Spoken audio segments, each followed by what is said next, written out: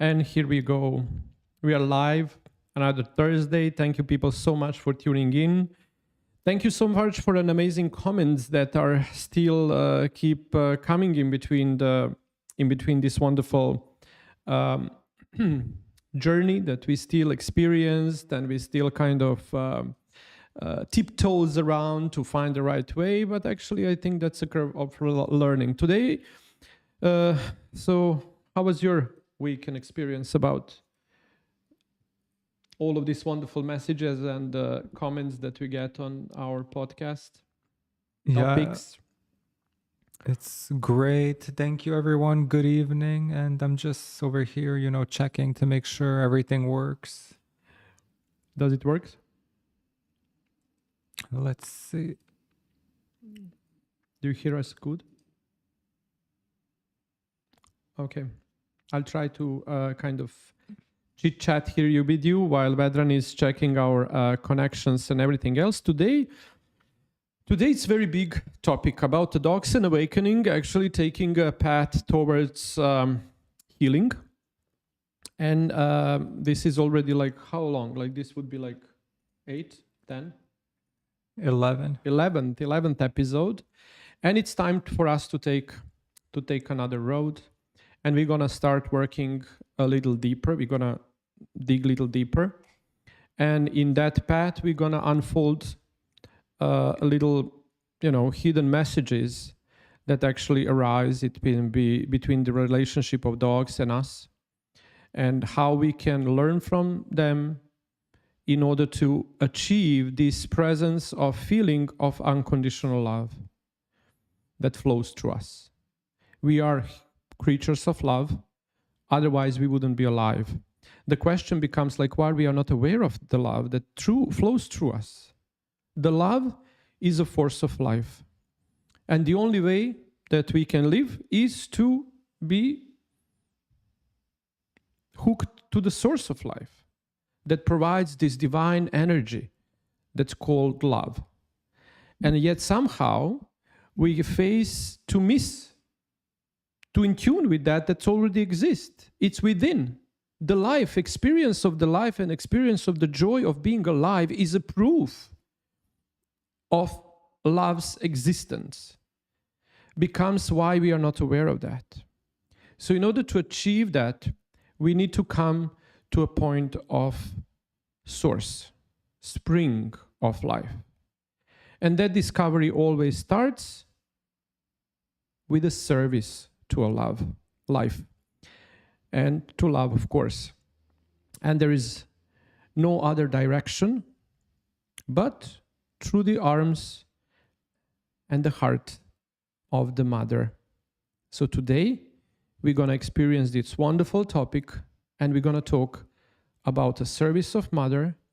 And then today we're going to unfold the beautiful and amazing topic of the mother. I observed a long time ago is that we intentionally kind of engage with this beautiful relationship with the dogs because somewhere deep unconsciously we feel like that as you sow, so shall you reap. So if I can be nice to someone, at least maybe I can expect that someone else can be nice to me. And if we fail to deliver that relationship with the people, there is a safe way that we can develop that relationship with the dogs, still aiming for the same and a safe outcome. So what I find later on is actually that I love my dogs the way I would love to be loved and seen. And where those misconceptions of I'm not loved, I'm not seen, and I'm not wanted is coming from? Usually from the relationship with the parents. And in order to unfold and open the relationship with the parents, the first source is relationship with the mother. Relationship with the mother oftentimes reflects in a life through different symptoms. Oftentimes might be relationship with the money, relationship with success, because every success has a face of our mother. So we would tend that find through the life, because the biggest success of humans is the moment of our birth. And that success that we achieved on that moment, we tend to keep trying to repeat through the life. And we are trying to engage in anything we do from that level of compassion, because we were being in that moment when we replaced the darkness with the light, or water with the air, and that softness and carefulness and protection of the mother's wound with the uncertainty of the life. That was the biggest success the human and the man and the woman can achieve in their life. It's a birth on its own.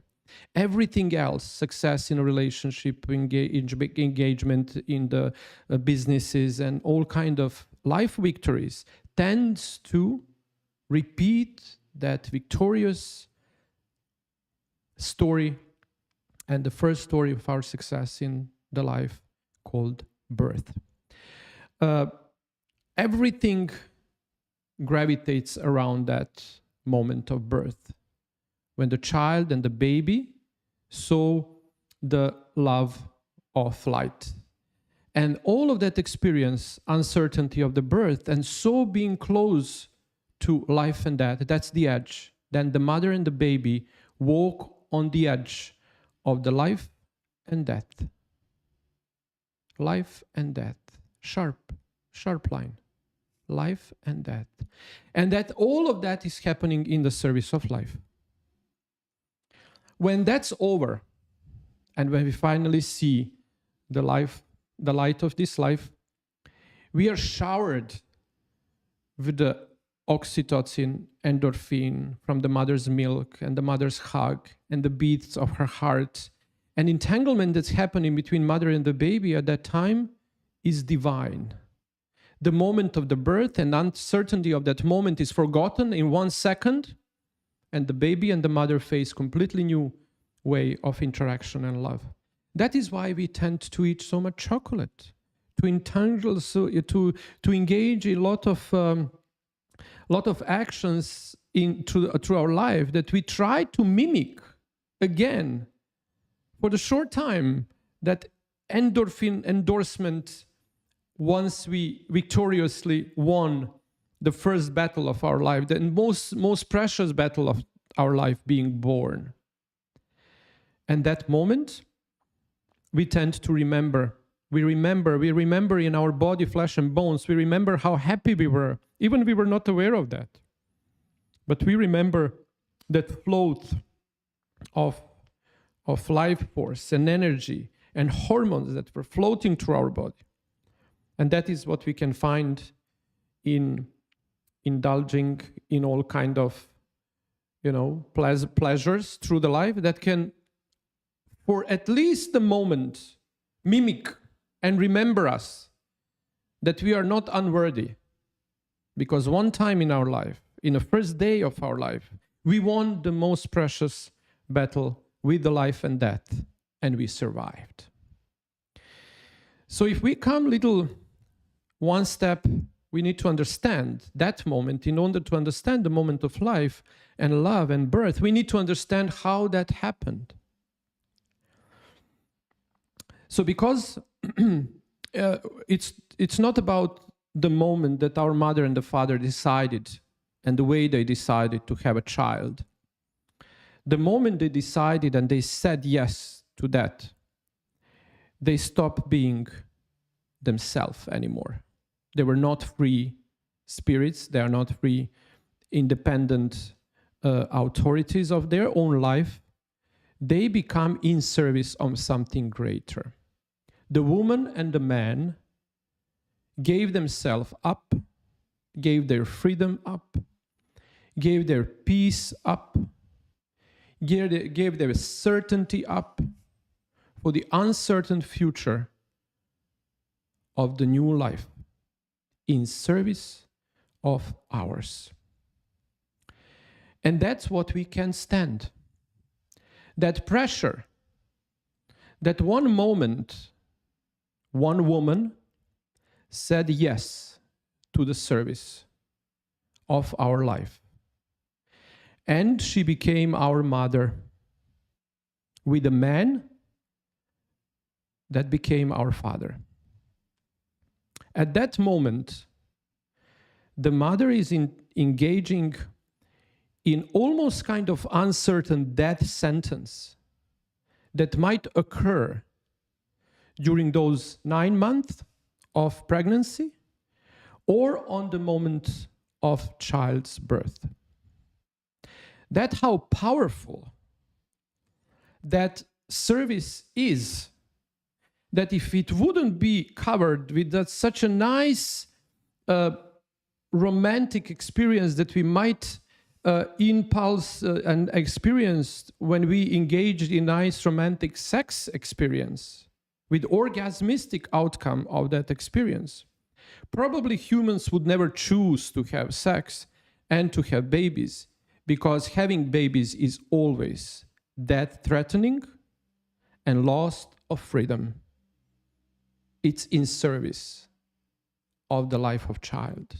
Regardless what the man and woman in the role of mother, not in service of the mother and the father, no, in a role of mother and the father would do, because they are humans with their own life expectations, life entanglements, life loyalties, life structures, life memories that they inherited from their parents and the parents of their parents, and like that to the beginning of the time.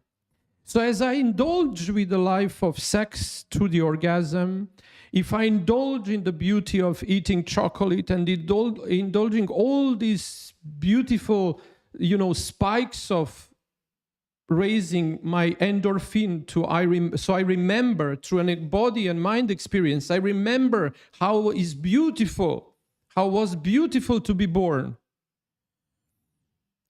I can also try to be seen and loved by someone.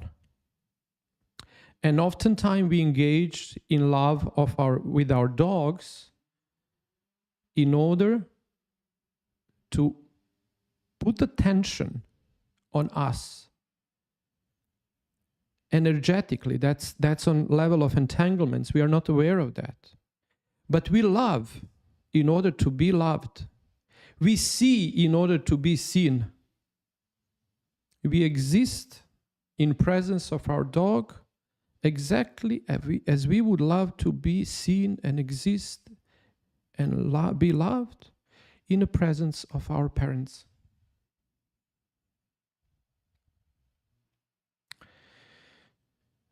So there is an exercise that I would love you to do with me now, and then later on we can little discuss on this, because I just immediately started this straightforward, but I think it's very important because we talked a lot around, and slowly after these 10 episodes we came to a core. So about the dog and awakening means that we can, learning from dog, become aware of our awakened nature, that we are alive, that we are born, and all of the challenges that the life brings in front of us are just the possibilities to grow. That's why we have problems, to solve them. The problem is a solution on the same path. The problem itself becomes a solution because we are there, equipped with everything we need and have. Everything we have everything we need in order to solve the problem. That is why we are experiencing the problem. And as we solve one problem, the other one comes. It's not a problem of the problem, it's a possibility to grow. So let's do this little exercise, and let's do, settle yourself very peacefully in a place where you are now, and just become aware of your surroundings. Become really aware of where do you sit, a place, and people around you, or everything that's alive. It might be a plant, it might be a little fish tank, your dog is, Become aware of everything that's around you. So becoming aware of that, you acknowledge your presence here and now. And then from the outside of you, bring an attention on your breath. Become aware of your breathing as you slowly inhale through the nose and exhale through your mouth.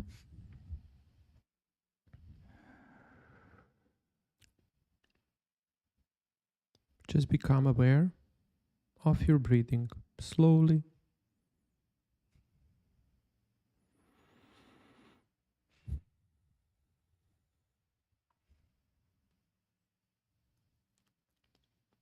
Now in your mind, on a screen of your mind, imagine your mother, the way she is, or the way she was if she's not with us anymore. Exactly as she is or as she was. Maybe caring, too much, or never present, busy, or it was angry. At this point, just imagine her exactly as she is or she was.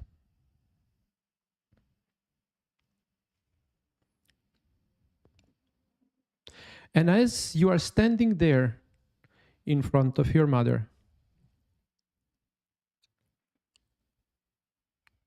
you imagine yourself becoming a little girl or little boy standing in front of his or her mother.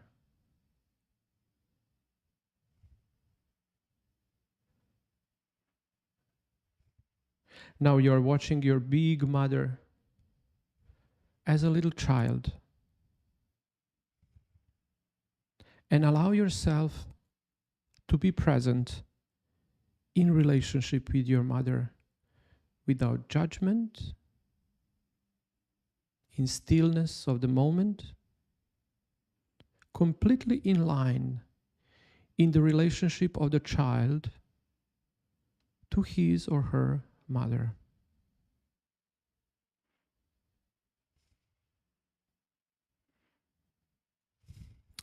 And now, the big step. From that place, now as a little child, you change place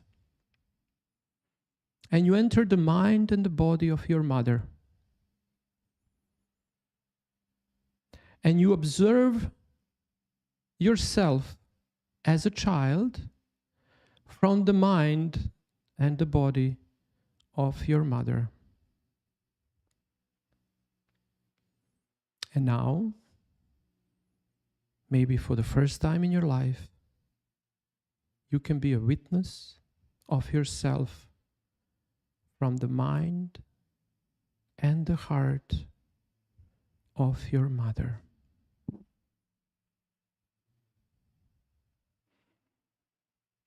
Become aware of everything she felt for her little child. Any sensation that you might feel in a body are hers, that she felt while trying to find the best way to raise her child in this time of uncertainty.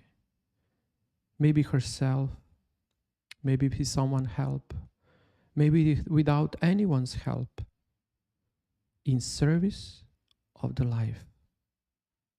But the first time, you imagine how was it from the mind, body, and the heart of your mother by observing yourself as a little child.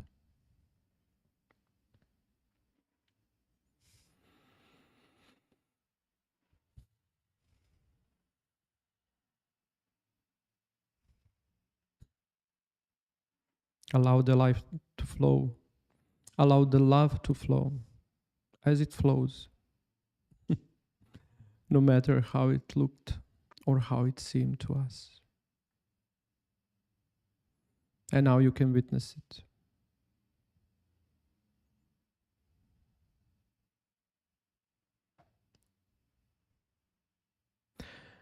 Now get back to your little child shoes. Leave the mind, heart, and body of your mother to her. And you are again back to this moment, observing your mother the way she is or the way she was from this perspective. You today facing your mother within your mind.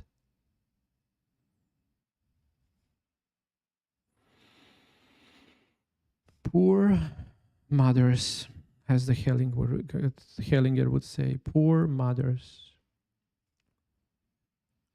The child cannot bow to greatness of their mother. The children freeze in the greatness of their mother, because at the time when she said yes to a service of our life,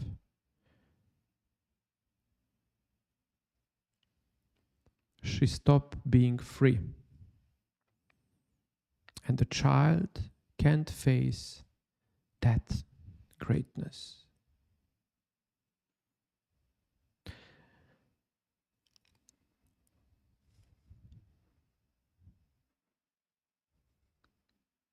Slowly, feel the respect that flows in between you and your mother in service of your life,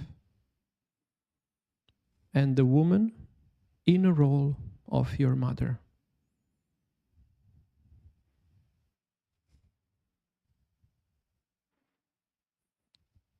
And tell her mentally,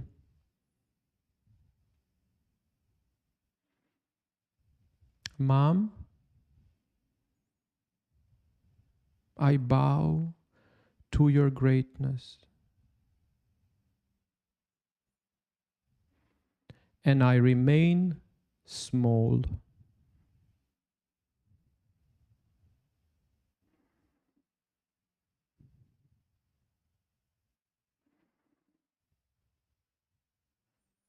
I love you as you are,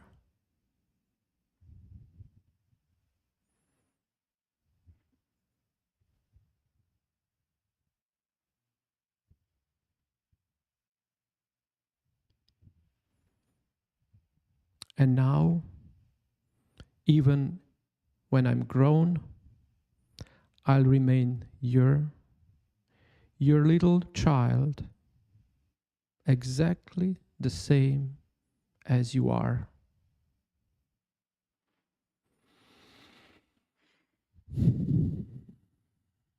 And with you in my heart the way you are, I can live my life with your support.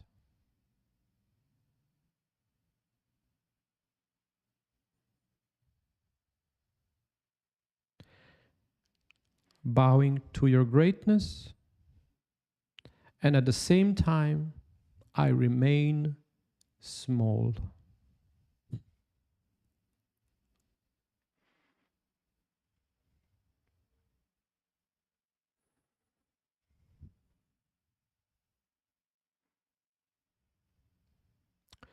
Slowly bring back the focus back on your breathing. Breathe in and out a couple of times. When you feel present again, become aware of your body and everything around you. And then slowly open your eyes and be back with me, actually with us again.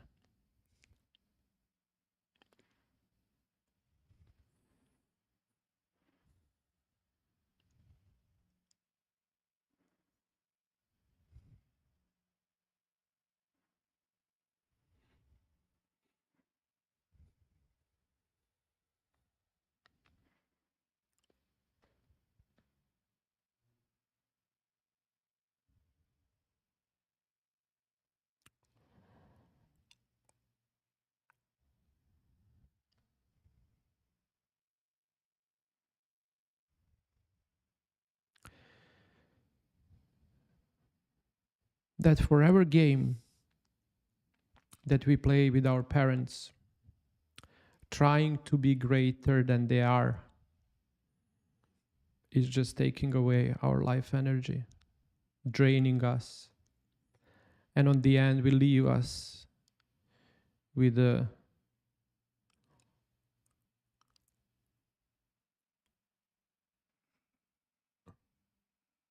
nothingness of the life force. We'll feel miserable. We'll feel that we don't have a life and strength to do nothing in the life, feeling unworthy, unneeded, unwanted. However, the only challenge, we want to be bigger than the ones that are actually bigger than us. When we put ourselves and let ourselves be in service of life, then we don't paddle anymore. We don't swim anymore through the river of the life. We float, and we allow ourselves to be taken wherever the river of life takes us. And then we become in service, as we are in service of the life of our children or of our results.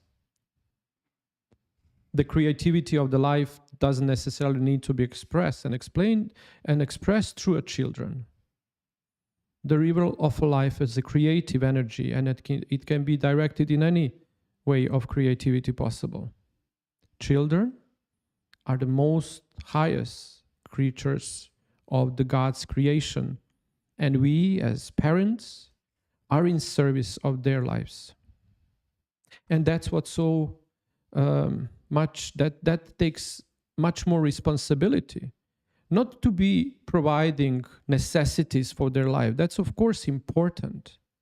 But giving them a foundation of the life by doing a work in service of life that nothing to do with the schools and everything that we pay, bills that we pay. No. That's the outcome. That's outcome of us serving the life of our kids.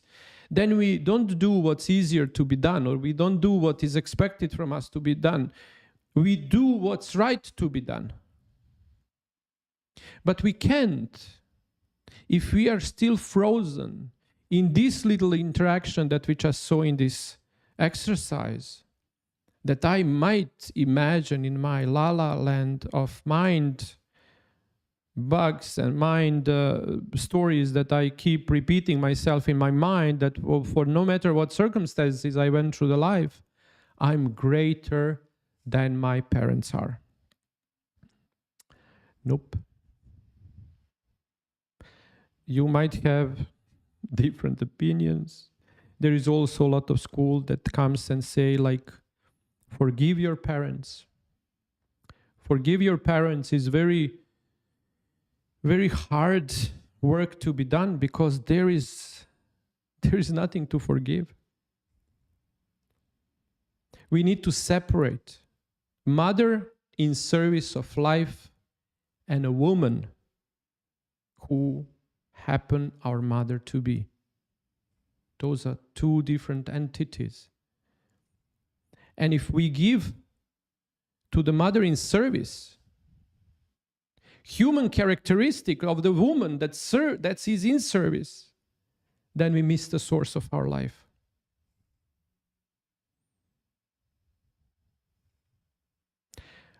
How do I know that every one of us that's on this journey here and now trying to reach that moment? Is because that is why do we engage in a relationship with the dogs. Thousands and thousands of cases again and over and over and over. Everything leads back to relationship with the parents. No matter what outcome and symptoms you're gonna have in your life, or your dog gonna suffer because they are not reaching you because of their protection, leads to a relationship with the parents. Regardless, is it with the mother or the father, oftentimes it comes that bad relationship with one of the parents pushes us in an energetic incest with the other parent. So we become in love energetically to one parent, and become a partner of that parent, and then become opponent of the other parent that we start hating, and then the other parents start hating on us as well. And then we with other parent we have some strange relationship that prevents us from reaching a new good relationships, because we can't get another relationship, because the mother is where my husband should be, my mother is. Where my wife should be, my father is. And then I think that if I engaged in other relationships with the beings like dogs are, I can fix that problem. I can't. I might become aware of that, but the hard work is to be done on the footstep, on the doorstep of our life, even prior the life began. So the mother is always the first step. Next time we're going to go a little deeper, and we're going to talk about in service of the life, and we're going to talk about the father. The father as energy of the father in service of life. And the man that's in role of my father. And those two shouldn't be misinterpreted. My mother is always a greater force that gives me life energy and source of my unlimited strength and wisdom. But I can't access it, because in order to access that, I'm oftentimes entangled with a woman that the mother is in service through. And in order to detangle that, I need to face the mother the way she is, to bow to her service, because answering that higher calling with the man, that's our father, she stepped in service of our life and forever lost her freedom, even subscribed to possible death during the pregnancy or at the birth. And that strength of someone's higher source of service known to this planet and the world, the child freezes. When we see someone that served us and our life and purpose of our life, our existence, and all the possibilities that arises after the birth, we can't stand that greatness and we freeze. We should learn from our dogs how to stay forever in connection with the mother, even if there would be some humans that will come into the litter when the baby gonna have like 6 weeks, 5 weeks, 10 weeks, and take a baby away from the mother so they can have a pet, they can have a dog, they can have something to raise through the life. Where actually what unconsciously happens when we do that is we want to face our parents, mother especially. And through the mother, we can approach father. So mother is always the first step, no matter which kind of relationship we have a mother. But the mother is our way to father. If we don't have a good relationship with the father, it goes through the mother again. If we don't have a good relationship with the mother, it goes with the mother and through the father. That's a solution. The solution in a good relationship with one parent always lays in the other one. Detangling from the other one so we can see and approach the one that we have an issue with. And that's how all of this unfolds. The greatness of the mother is something that I wanted to talk about with you today, because that's the key to my feminine side, to my masculine side, to woman and me, to man in me, to masculine energy in me, to feminine energy in me, to life in me, to success in me, through me, and around me, everything starts with the mother. So I was just monologuing this time. No, that's completely fine. It was very beautiful and very profound and very serene, and I'm sure that